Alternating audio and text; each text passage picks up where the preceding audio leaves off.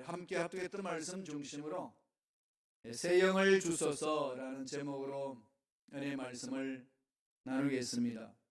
이스라엘 민족 가운데에서 두드러진 두 사건이 있습니다. 그 사건은 너무나도 잘 알고 있는 출애굽하고 나서 광야에서 40년간의 역사입니다. 목적은 어디로 가죠? 가나안 땅으로 들어가기 위함이었습니다. 또 하나의 사건은 가나안 땅에 들어갔는데 말씀 위에 서지 못함으로 결국은 하나님한테 심판을 받아 바벨론으로 70년간 포로 생활을 하고 나서 다시 가나안 땅으로 돌아오는 그 사건입니다. 이 두 사건은 정말 하나님의 계획하신 선하신 뜻을 이루기 위한 과정이었습니다. 바벨론에게 멸망하고 백성들은 70년간 바벨론의 포로로 끌려갔습니다. 많은 일꾼들이 끌려가고 또 예루살렘에 남아있는 사람들도 있었습니다. 그 남아있는 사람들, 그들은 바벨론으로 끌려간 그 사람들을 향하여서 거의 저주와 같은 말을 퍼붓곤 했습니다. 너희들 잘 가라. 잘 끌려서 거기에서 지내라. 하나님은 예루살렘 중심으로 계셨기 때문에 우리는 여기에서 하나님을 섬기며 살겠다. 이러면서 오히려 간 사람들을 격려하고 포로로 끌려간 사람들을 위로하는 것이 아니라 그냥 아주 저주를 퍼붓는 그런 소리를 했습니다. 바벨론으로 끌려간 사람들 마음은 어떻게 했습니까? 어느 누구가 바벨론 포로로 가고 싶어서 갔겠습니까? 바벨론이 이스라엘 전체를 다 정복하기 위해서 그들을 일꾼들을 포로로 끌고 간 겁니다. 그런 상황 속에 하나님이 에스겔을 부르셔서 에스겔에게 소망을 던져줍니다. 절망 같은 상황 속에서 하나님이 소망을 주시는데 그 소망이 뭘까요? 내가 너희들에게 새 영을 불어주겠다. 2019년도를 마무리 짓고 2020년을 맞이하는 저와 여러분, 여러 가지 어려운 상황이 있고 어려운 문제가 있고 앞으로 내 미래가 어떻게 될 것인가의 불확실한 상황 속에 하나님이 주시는 말씀입니다. 새 영을 부어주리라. 특별히 에스겔 선지자는 이 새 영을 강조한 예언자입니다. 이스라엘 나라에 새 영이 임하면 삶은 새로워진다는 겁니다. 저와 여러분에게도 2020년 한 해 동안에 하나님이 부어주시는 새로운 영, 새로운 마음으로 우리들을 만져주시고 우리들의 삶을 이끌어 주신다면 우리의 삶에는 새로운 역사가 반드시 일어날 줄로 믿습니다. 그렇다면 새 영, 그걸 우리 오늘 말할 때 뭐라고 말하겠습니까? 성령의 인도함을 따라가는 삶, 그것을 말합니다. 성령의 인도함을 받는다면 성령의 기름 부으심이 저와 여러분 삶에 임한다면 어떤 역사가 일어나겠습니까? 오늘 세 가지로 말합니다. 첫째로 죄성을 이길 수 있다고 이야기를 합니다. 예수를 믿어 저와 여러분 하나님 자녀가 되었습니다. 하나님의 나라를 상속받을 수 있는 특권을 가졌습니다. 그리고 우주 만물을 창조하신 그분의 자녀입니다. 그럼에도 불구하고 저와 여러분 현실 땅을 딛고 있는 이 삶에 저와 여러분 삶은 어떠하신가요? 2019년 삶이 어떻겠고 그 이전의 삶도 어떻겠고 아니 2020년이 접어들면서 연초에 결심결단했던 그 순간이 이제 5일째 맞이하는데 얼마나 진행되고 있습니까? 약하죠. 인간은 약합니다. 이 모든 것들은 우리의 힘으로 이겨내기가 어렵다는 거죠. 예수를 믿어 하나님 자녀가 되어서 하나님의 뜻을 이루겠다고 결심하지만 막상 이 현실 속에 뛰어들다 보면 약합니다. 허물어지죠. 주의 종들도 마찬가지입니다. 주의 하나님의 말씀을 부름받고 나왔지만은 이 하나님의 말씀을 전적으로 순종해 나가기보다는 자기의 생각과 자기의 이기적인 계획 속에 파묻힐 때 얼마나 많은지 모릅니다. 연약함이 있다는 거죠. 모두가. 이런 것을 극복할 수 있는 힘은 어떤 경력도 아니고 환경도 아니고 뭉치는 사람의 힘도 아니고 오직 우리에게 생명을 주시는 하나님의 영이라는 겁니다. 하나님 자녀가 됐는데도 불구하고 넘어지는 이유 뭘까요? 약하다는 것. 아까 말씀드렸듯이 그게 우리 실존입니다. 이겨낼 수 있는 힘은 성령의 기름 부으심이 강해야 돼요. 성령의 기름 부으심으로 우리를 사로잡아 주셔 우리 일어설 수 있는 거지 다른 방법이 없습니다. 오늘 말씀을 볼까요? 에스겔서 11장 15절의 말씀입니다. 다 같이 우리 한 목소리를 읽겠습니다. 인자야, 예루살렘 주민이 내 형제 곧 내 형제와 친척과 온 이스라엘 족속을 향하여 이르기를 너희는 야훼에게서 멀리 떠나라. 이 땅은 우리에게 주어 기업이 되게 하신 것이라 하였나니 이스라엘 백성 일부가 바벨론 포로로 끌려가고 있는 그 백성들을 향하여서 저주 같은 얘기를 합니다. 예루살렘에는 하나님 있지만 바벨론 하나님이 없다. 너희들 그곳에서 엄청난 고난 속에서 살라. 이런 얘기입니다. 이미 예루살렘에 있는 그 사람들은 어떤 상황일까요? 하나님 떠난 곳입니다. 예루살렘이라는 그 자체가 하나님이 계시는 것이 아니라 하나님이 임재하는 곳이라는 것은 하나님이 역사하시는 그곳을 말합니다. 이미 버렸던 곳에 무슨 힘이 있겠습니까? 아랑곳하지 않습니다. 자기 아집 속에 자기 고집 속에 그것이 하나님의 임재라고 생각하며 살아가는 연약한 자들의 삶입니다. 결론은 뭘까요? 나는 옳고 너는 틀렸다는 겁니다. 그런 연약함 속에서 후우적거린다는 거죠. 자, 이런 상황 속에서 하나님이 에스겔에게 강하게 말씀하시는 말씀이 16절 17절 말씀입니다. 다 같이 읽겠습니다. 그런즉 너는 말하기를 주 야훼의 말씀에 내가 비록 그들을 멀리 이방인 가운데로 쫓아내어 여러 나라에 흩었으나 그들이 도달한 나라들에서 내가 잠깐 그들에게 성소가 되리라 하셨다 하고 너는 또 말하기를 주 야훼의 말씀에 내가 너희를 만민 가운데에서 모으며 너희를 흩은 여러 나라 가운데서 모아내고 이스라엘 땅을 너에게 주리라 하셨다 하라. 바벨론에 끌려간 사람들이 진정한 예배를 드리고 그곳에서도 하나님을 인정하고 하나님의 말씀을 순종하며 나아가면은 약속한 그 땅으로 다시 돌아와서 너희들의 삶이 회복되고 하나님의 은혜 안에서 새로운 삶을 살게 되리라 말씀을 해주신 겁니다. 여기 초점은 어디에 있나요? 하나님이 인도하시는 영을 따라서 나아가는 것. 그럴 때만이 온전히 하나님 일을 감당할 수 있다는 얘기입니다. 옛날에 여기서 어떤 은혜를 입었으니까 여기서 그대로 해나가는 것 자체, 내 방법대로 해나가는 것 자체 그 속에 귀한 열매는 있을 수 없다는 겁니다. 다 내팽개치고 던져버리고 하나님이 이끄신 대로 따라오라. 그 말씀을 합니다. 왜 그렇게 하나님이 부르셔서 그런 일을 하라고 하셨을까요? 가증한 것들을 없애버리기 위한 겁니다. 우리 11장 18절 한번 보실래요? 에스겔 11장 18절 다 같이 한 목소리 읽겠습니다. 그들이 거리로 가서 그 가운데 모든 미운 물건과 모든 가증한 것을 제거하여 버릴지라. 이게 우리를 괴롭히고 넘어지게 하는 것들 여러분 끊어버리고 싶지만 끊기가 얼마나 힘듭니까? 그렇잖아요. 얼마나 힘든지 모릅니다. 미국 목사님 중에 정말 유명한 목사님들 많이 있지 않습니까?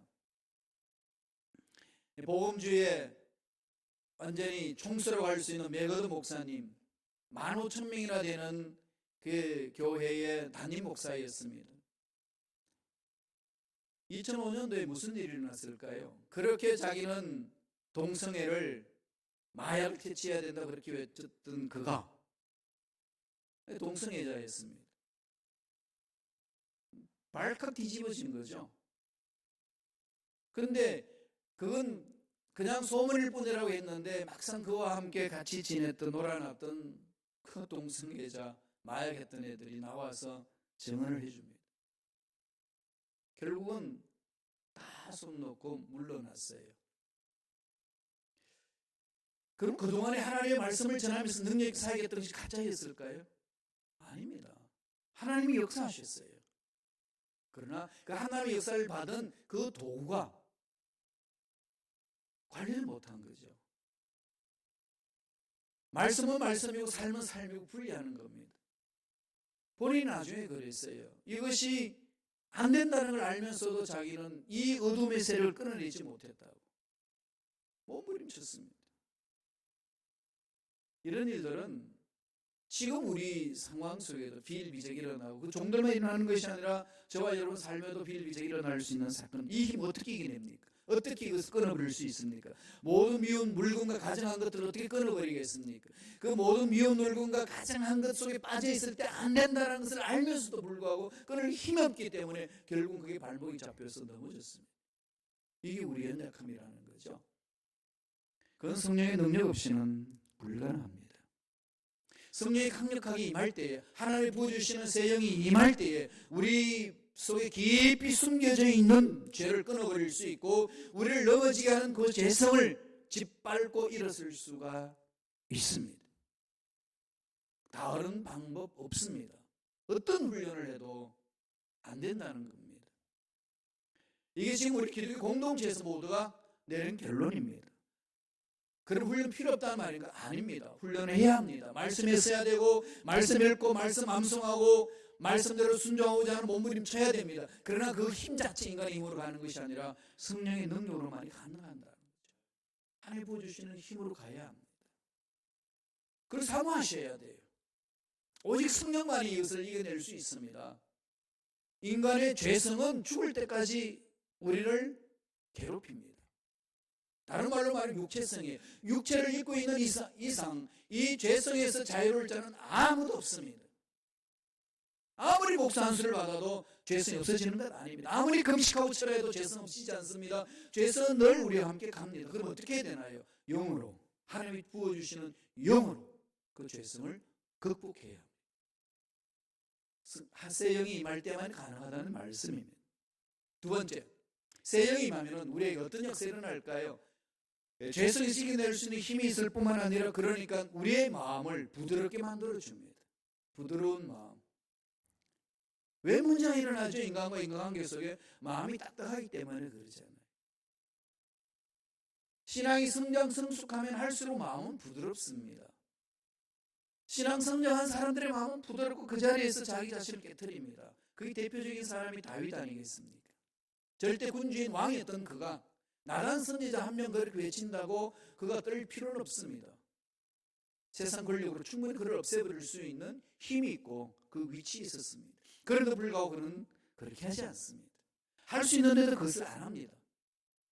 그냥 그 자리에서 무릎을 꿇습니다. 하나님의 말씀으로 믿었고 받아들였기 때문에 여기에 사는 길이죠. 하나님은 그렇게 하는 다윗의 마음을 보신 겁니다. 그래서 다윗을 향하여 하나님 뭐라고 평가하십니까? 너는 내 마음에 맞는 사람이다. 하나님 알고 계셔요. 우리가 아무리 거룩하게 살려고 한다 할지라도 정말로 하나님이 원하시는 만큼 온전하게 거룩해질 수 없다는 것, 연약하다는 걸 다 알고 계십니다. 그런데도 불구하고 하나님 우리에게 요구하시는 겁니다. 내가 거룩한 너희도 거룩하라. 내가 온전하니 너희도 온전하라. 어떻게 해요? 그게 바로 하나님이 주시는 은혜요, 하나님이 부어주시는 새 영 아니겠습니까? 오늘 에스겔은 그걸 말하고 있습니다. 패배의식에 매몰당하고 있던 그 이스라엘 바빌론 포로에 끌려간 사람들에게 에스겔을 통해서 하나님은 다시 회복시켜 주는 겁니다. 말씀을 볼까요? 에스겔 11장 19절 말씀, 오늘 우리 말씀의 핵심적인 말씀이 될 수 있습니다. 다 같이 한 목소리 읽겠습니다. 내가 그들에게 한 마음을 주고 그 속에 내 영을, 새 영을 주매 그 몸에서 돌 같은 마음을 제거하고 살처럼 부드러운 마음을 주고, 한 마음을 준다는 거죠. 그 속에 뭘 불어넣어준다는 거죠? 새 영을 주며 그랬습니다. 새로운 영 뭘까요? 그래서 제가 옛날 성경 보니까 지금 우리는 개역 개정이잖아요. 이전의 성경에는 새 신 이렇게 되어 있습니다. 뭔데 이렇게 새 영, 새 신 이렇게 번역되어 있는가를 봤더니 루아크 하다샤 되어 있습니다. 루아크 하다샤, 이 말은 새로운 정신, 이걸 말합니다. 하나님의 영이 들어오면 생각이 바뀌어지는 거죠. 생각이 바뀌어지면 마음이 바뀌어지는 겁니다. 마음이 바뀌어지면 부드러워지는 거죠. 고집 부리지 않습니다. 지 생각 속에 갇혀 있지 않습니다. 자기 경험이 전부라고 말하지 아니하고 자기 방법이 최고라고 말하지 않습니다. 언제나 성령께 순종합니다. 그럴 때 뭐가 일어나나요? 마음의 변화가 일어납니다. 마음이 바뀌어야 되잖아요. 마음이 바뀌지 아니하면은 삶의 행복이 없습니다. 마음의 변화는 행복의 기초입니다.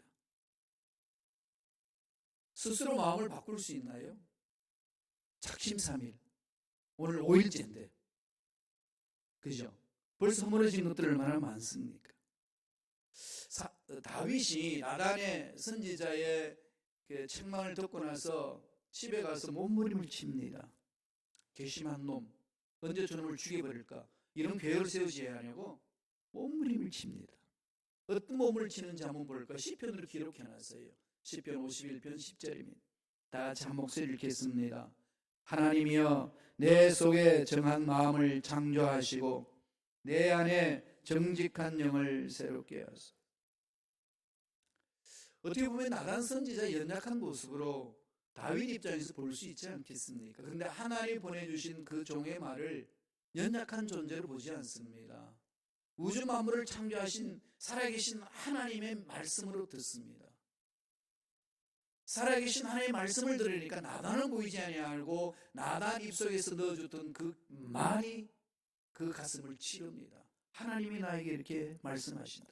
그래서 그는 무릎을 꿇습니다. 하나님, 내 속에 정한 마음을 창조하시고 내 안에 정직한 영을 새롭게 하여 주옵소서. 제가 흔들렸습니다. 제가 말씀에서 벗어났습니다. 제가 세상에 끌려다녔습니다. 제가 문제 속에 파묻혀 있었습니다. 불확실한 미래에 대해서 나 스스로 두려움 속에 빠져 있었습니다. 이 모든 것에서 벗어날 수 있는 마음을 허락하여 주옵소서. 이 기도잖아요. 2020년 똑같은 하루하루가 바뀌어지면서 우리 크로노스칼 타임 속에서 2019년 매듭을 짓고 2020년 신년이다 이렇게 우리는 정해서 어떻게 보면은 똑같은 날 반복 같습니다. 그러나 그 똑같은 날을 반복하는 것으로 보지 아니하고 하나님이 창조하신 새날로 바라보면서 하나님이 나에게 뭐라고 말씀하시는지에 대해서 귀를 기울인다면 삶은 달라진다는 거죠. 그래서 오늘 에스겔 선지자에게 이스라엘 백성들에게 전해주라는 겁니다. 새 영을 주리니 그 영으로 인해서 너희 마음을 바꿔주겠고 내가 너에게 말한 것에 순종하게 하리라. 그 말씀 아니겠습니까? 신앙생활하고 하면서 헌신하다 보면 교회 공동체예요. 이게 마음은 바뀌지 않고 있으면 하는 일로 통해서 상처받을 때가 너무나도 많지 않나요? 예. 똑같은 말씀을 전하고 아멘으로 화답하고 다 예배를 마치고 뒤에 서서 악수할 때에 그 한 사건으로 마음이 상하는 사람들도 너무 많습니다. 목사님은 이렇게 악수하다 보면은요, 저쪽에서 목사님 달려들 때 보면 깜짝 놀라서 눈을 돌릴 때 있습니다. 악수하는 사람 얼굴을 보지 않고. 이러면 그 순간에 악수하는 사람 자기 얼굴을 보지 않은 것에 대해서 상처를 받습니다. 출장을 갔는데 광고에 자기 이름을 빠지면 상처를 받습니다. 헌금자 명단에 자기 이름 빠지면 상처를 받아요. 봉사한 것을 광고 시간에 넣어줘야 되는데 빠뜨리면 상처가 됩니다. 재직 명단에 자기 이름이 빠졌으면 난 재직이 아닌가 보다 하고 상처를 받습니다. 반면에 성령의 기름 부으심으로 마음이 새롭게 되어지는 그 마음이 변화되는 사람은 그런 상처거리가 오히려 하나님께 기도 제목으로 하나님께 매달리는 사건으로 하나님께 감사하는 사건으로 재해석을 해냅니다. 차이는 그것밖에 없어요. 똑같은 상황 속에서 어떤 마음을 품느냐 달라진다는 거죠. 한국말은 그런 말 있잖아요. 다 마음먹기에 달려있다. 제가 한세대학교에서 교수로 사역할 때에 후배 교수가 학부도 후배고 보건대학에서 같이 공부했는데 그 상담학을 공부했어요. 그래서 한세대학교에서 같이 교수직을 맡으면서 했는데 그분이 자기 상처를 이야기하더라고요. 아버지 사랑을 몰랐다는 거죠, 그동안에. 그래서 아버지 너무 무섭고 대화 나누기 싫고 딱딱하고 도대체 아들 하나밖에 없는 나에 대해서 전혀 사랑의 마음을 주지 않는다고 그렇게 생각했대요. 그런데 어느 순간 뒤집혀졌대요. 한순간이었습니다. 외동 아들이지만 이제 군대를 가야 되니까 이제 논산훈련소로 떠나는 열차를 용산에서 탔는데 그때 부모님들이 나와가지고 다 마주하고 그러잖아요. 기차를 떠나는데 아버지가 손을 흔들면서 이렇게 눈물을 흘리고 있다는 거. 자기를 보고 눈물을 흘리고 있더래요. 그 순간에 딱딱 했던 마음이 순간 녹아버리더래요. 순간적으로. 아버지는 나에 대해서 눈물을 흘릴 만큼 저런 애정이 있었고 나를 보살피시는 그 따스한 사랑이 있었구나. 그 해석이 되니까 그 이전에 있었던 모든 사건들이 다 그냥 눈 녹듯이 녹아버린다는 거예요. 그 교수님이 기차 안에서 바뀐 게 뭐가 있습니까? 하나도 없습니다. 아버지 눈물을 보면서 그동안에 따뜻했던 마음이 변화되는 거죠. 치유를 받습니다. 우리 모든 사람들은 환경이 바뀌기를 원하고 주위 사람들이 바뀌기를 원하고 그 사람들이 나에 대한 평가에 대해서 자꾸 기대를 걸지만은 그것으로 인해서 마음 변화가 일어나지 않습니다. 오직 성령의 기름 부심이 있을 때에 그 성령의 인도함을 따라 나아갈 때에 마음이 바뀌고 마음이 바뀌면은 환경도 새로운 눈으로 바라볼 수가 있다는 말씀입니다. 그래서 잠언서에서 뭐라고 그랬나요?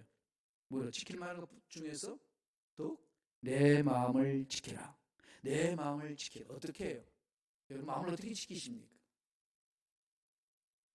하나님이 부어주시는 성령의 기름 부으심 없이는 결코 우리 마음을 지킬 수 없습니다. 속지 마셔야 돼요. 성령이 나를 붙들어 달라고 몸부림치면서 나아가셔야 됩니다. 그래야 우리가 말씀 안에서 다음 예수님 중심으로 하나로 뭉쳐질 수 있습니다.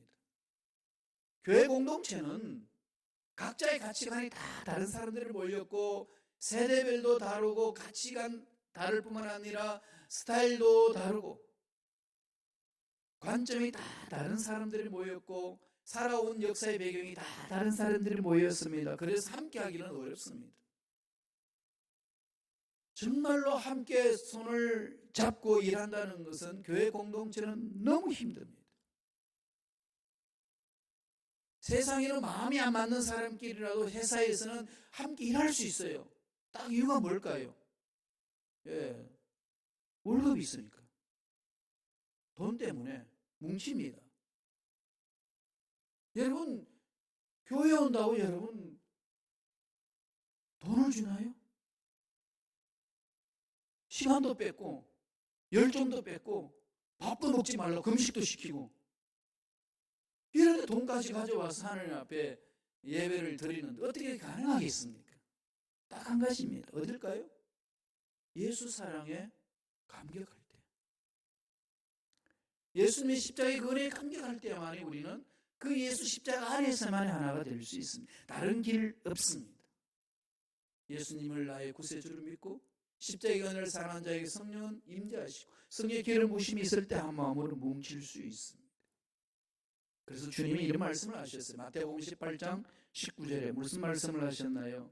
다 잘 아시는 말씀이죠. 한번 읽어볼까요? 다 같이 읽습니다. 진실로 다시 너에게 이르노니 너희 중에 두 사람이 땅에서 합심하여 무엇이든지 구하면 하늘에 계신 내 아버지께서 그들을 위하여 이루게 하시리라. 너희 중에 두 사람이 땅에서 합심하여 무엇이든지 구하면 엄청난 특권을 우리에게 줬지 않나요? 그래서 부부가 예수 안에서 하나가 된다는 건요 엄청나게 복이에요. 부모와 자식들이 예수 안에서 하나가 된다는 것은 엄청난 큰 특혜입니다. 복입니다. 성도들이 예수 안에서 하나가 뭉쳐서 기도한다는 것은 복 중에 복입니다. 이 모든 것들을 하지 못하도록 악한 영들은 들어와서 분열하게 합니다. 깨트리는 거죠. 그러면 주위 환경이 보입니다. 주위 사람들이 보이고 교회가 왜 저런가? 왜 저것밖에 안 되나? 이런 생각 속에 들면서 마음들이 나눠지기 시작합니다. 이럴 때 여러분 조심하셔야 돼요. 악한 영은 그 틈새를 그냥 파고 들어와서 아주 우리들을 괴롭힙니다. 여기서 벗어날 수 있는 유일한 길은 바로 예수 십자가 안에서 성령을 사모하는 길밖에 없습니다. 영으로 거듭나야 돼요. 하나님의 영으로. 하나님의 영이 아닌 우리들끼리 결심결단하는 것, 그거 이루어지지 않습니다. 제가 학생들 지도하다 보면 이렇게 막 그 꿈을 불어놓고 비전을 막 이야기하면서 그러잖아요. 하나님 주신 달란트대로 열심히 일을 해서 쓰임 받으라. 그게 하나님 주신 달란트에 대한 책임이다. 그러면 하는 거래요. 막 뜨거워지면 그럽니다. 목사님, 제가 사업을 해가지고 목사님 사역할 때 내가 수억으로 돕겠습니다.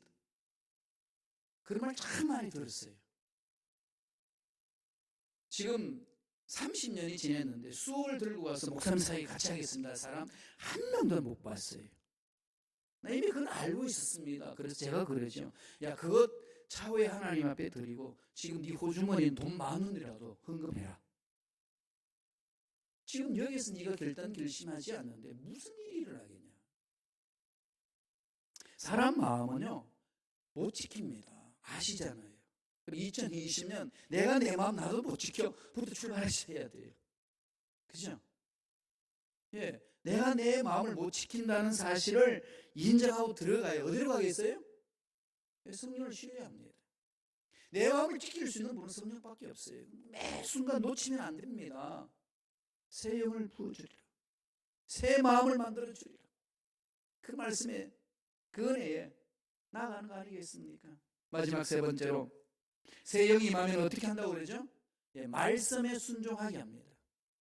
여러분 말씀에 순종해야 된다는 사실 모르는 분 계시나요? 다 아시죠? 그럼 제가 던져볼 테니까 얼마나 순종했는지 보세요. 사도 바울이 그랬어요. 항상 기뻐하라. 쉬지 말며 기도하라. 범사에 감사하라. 이는 그리스도 예수 안에서 너희를 향하신 하나님의 뜻이니라. 하나님의 뜻대로 오면 뜻이라면 내가 목숨 바쳐 가겠습니다라고 고백했던 저와 여러분 삶 얼마나 뜻 안에서 순종하면서 사시나요? 안 되죠. 안 되는데 왜 자꾸 하나님 그 말씀을 하실까요? 그래서 하나님은 우리 힘으로 안 된다는 사실을 알게 하시고 주님이 십자가 안에 성령 안에 들어오기를 원하고 계십니다. 길은 열어주셨어요. 그걸 우리가 안 믿을 뿐이고 안 따를 뿐이지 하나님의 능력이 나타나지 않는 것이 아니라 하나님의 능력은 초대교회나 지금 현대교회나 동일하게 그 역사는 일어나고 있습니다. 그 두세 사람이 예수 이름으로 모여서 매달려야 되는 거죠. 이걸 안 하잖아요. 안 하니까 안 되는 겁니다. 하셔야 돼요. 어떻게? 성령님 인정하고 환영하고 모셔드려야 됩니다. 의지하십시오. 반드시 성령께서 저와 여러분 삶을 새롭게 변화시켜 주실 줄로 믿습니다. 11장 20절 보실 거예요. 에스겔 11장 20절 다 같이 읽습니다. 내 율례를 따르며 내 규례를 지켜 행하게 하리니 그들은 내 백성이 되고 나는 그들의 하나님이 되리라. 하나님과 우리의 관계는 이 관계 형성은 어디에 있나요? 말씀의 순종에 있습니다. 말씀 순종하지 아니하고 하나님의 자녀가 됩니다. 있을 수 없어요. 하나님이 그래서 이스라엘 백성들을 향하여서 나중에 예언자를 보내서 그 말을 했습니다. 이게 내 백성이 아니다. 그랬더니 깜짝 놀랐는데 왜 아닙니까? 너희들은 내 말 안 듣는다. 그랬더니 우리가 언제 말 안 들었습니까? 그따구 소리 합니다. 하나님의 말씀을 밥 먹듯이 씹어버리고 나서 왜 우리가 말씀을 안 듣습니까? 말합니다. 그건 우리가 똑같아요. 동일하게. 다른 데 자꾸 찾는 거죠. 다른 데서 찾지 마세요. 2020년도에요. 다른 데서 무슨 답을 찾지 마시고요. 성령의 살 잡히세요. 성령을 따라서 말씀에 들어가 보세요. 그 순종에는 엄청난 능력이 있습니다. 우리가 약한 건요, 당연한 거예요. 육체를 입고 있으면서 강한 자 누가 있습니까? 아무리 강하게 살고 싶어도 약한 게 인간이에요. 아무리 영원토록 살고 싶어도 영원히 살 수 없는 육체를 입은 인간 아니겠습니까? 아무리 병들지 않고 건강 관리하면서 음식 관리하면서 약 잘 먹고 보약 먹고 살게 또 몸부림치면 병이 생깁니다. 그게 인간의 연약한 육체예요. 이건 인정하고 들어가는 거 아니겠어요? 이것 이미 하나님은 다 진단해 주셨습니다. 그러니까 이 세상 삶은 문제 덩어리예요. 인간관계 속에는 언제나 문제 일어납니다. 교회 공동체 언제나 문제 있습니다. 왜 이러냐 그러지 마세요. 언제나 문제 있는 게 저와 여러분의 삶이고 세상이고 교회예요. 인간들이 모여 있는 곳이. 왜? 유한하기 때문에. 없어져야 될 때이기 때문에. 없어져야 될 곳은 언제나 문제 있습니다. 인정하고 들어가야 돼요. 그러면 그것을 인정하면 어디로 향할까요? 하나님께 향합니다. 그래서 하나님 매달리게 되고 하나님 은 안에서 힘을 얻을 수 있습니다. 고린도후서 10장 12장 10절 한번 보세요. 사도 바울이 자기가 귀한 은혜를 체험하고 이 고백을 합니다. 다 같이 읽겠습니다. 그러므로 내가 그리스도를 위하여 약한 것들과 능력과 궁핍과 박해와 공고를 기뻐하노니 이는 내가 약한 그때에 강함이라. 이건 패배자가 넋두리하는 거 아니에요. 패배자가 변명하기 위해서 강자 앞에 어떻게 대항할 수 없으니까 그냥 나를 달리기 위해서 하는 말이 아닙니다. 무슨 말일까요? 진실로 체험한 고백이에요. 2020년 한 해 여러분 내가 약하다고 가진 게 없다고 환경이 어렵다고 그것 때문에 주저앉아서 하나님이 원하시는 것 하지 못하는 자 되지 않기를 소망합니다. 축복합니다. 바울은요 자기 삶이 정말로 어떻게 할 수 없다는 사실을 알고 나서 내가 약한 것이 부끄러운 것이 아니라 자랑거리라고 그랬습니다. 왜 그럴까요? 약할 때 강합니다. 왜 약할 때 강할까요? 내가 약하면 전적으로 성령을 신뢰합니다. 나는 구제불능이라는 사실을 인정하면 인정할수록 하나님 앞에 나올 수밖에 없고 하나님께 매달리는 겁니다. 그래서 사도 바울이 로마서 8장 1절 2절에서 이렇게 고백합니다. 다 같이 읽겠습니다. 로마서 1장 2절 다 같이 읽습니다. 그러므로 이제 그리스도 예수 안에 있는 자에게는 결코 정죄함이 없나니 이는 그리스도 예수 안에 있는 생명의 성령의 법이 죄와 사망의 법에서 너를 해방하였습니다. 생명의 성령의 법이 죄성에서 벗어나게 하고 말씀에 순종하지 못하는 것에서 벗어나게 하셔서 말씀에 순종할 수 있는 자리로 세워주신다는 겁니다. 새 영을 부어주시겠다고 약속하신 말씀 한판에 새기셔서 2020년 한 해 오직 성령으로 승리하는 그래서 어려운 문제들을 극복해 나가는 저와 여러분 되시길 간절히 축원합니다. 기도하겠습니다. 하나님 감사합니다. 2020년을 주셔서 멋지게 살아갈 수 있도록 축복해 주시니 감사합니다.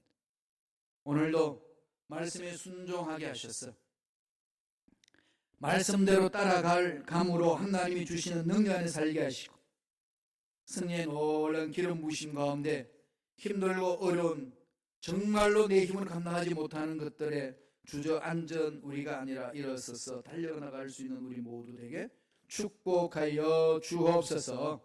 감사하고 예수님 이름으로 기도드리옵나이다. 아멘. 우리 다 같이 기도하기 전에 한번 찬양할까요? 보혈을 지나 하나님 품으로 십자가의 은혜 안에서 우리는 하나님 안으로 들어가는 겁니다. 그리고 승리의 기름 부심 안에서 우리가 당한 어려운 문제들을 극복해 나가는 겁니다. 온전히 십자가를 바라보시면서 우리 성찬 받을 준비를 하시겠습니다.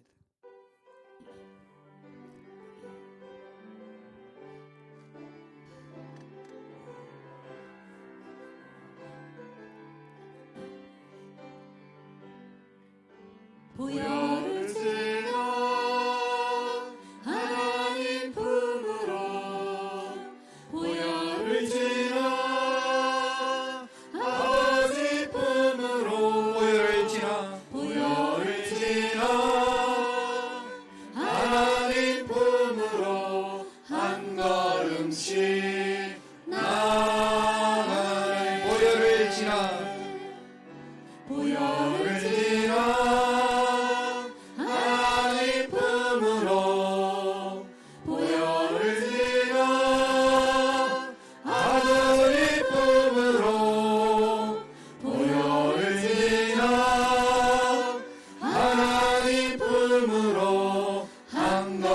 음식 나가네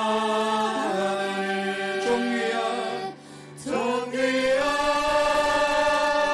주모여이 내 영을 새롭게 하시네 존귀한 주모여이 내 영을 새롭게 하네 보혈을 지나 보혈을 지나 하나님 품으로 보혈을 지나 아버지 품으로 보혈을 지나 하나님 품으로 한 걸음씩 나아가 보혈을 지나 보혈을 지나 하나님 품으로 보혈을 지나 아버지 품으로 보혈을 지나 하나님 품으로 한 걸음씩 나아가네 존귀한 주모여이 존귀한 주모여이 내 영을 새롭게 하시네 존귀한 주모여이 내 영을 새롭게 존귀한 주모여이 내 영을 새롭게 하시는 존귀한 주모여이 내 영을 새롭게 하시네 존귀한 주모여이 내 영을 새롭게 하네 이제 우리 간절히 기도하겠습니다. 하나님, 십자가 보혈로 씻어주시고 통에 자복하는 심령이 되게 하셔서 나는 이미 십자가에서 죽었고 주님만이 내 인생의 주인이시오 주님만이 내 삶을 이끌어 주시는 분인 줄로 믿습니다. 생각을 주장하시고 말을 주장해 주시고 삶을 주장해 주시고 성령의 기름 부심이 깨달라고 오늘 주님의 살과 피를 먹고 마실 때에 은혜가 임할 수 있도록 다 같이 주여 삼창하시고 동선을 기도하겠습니다. 주여 주여 주여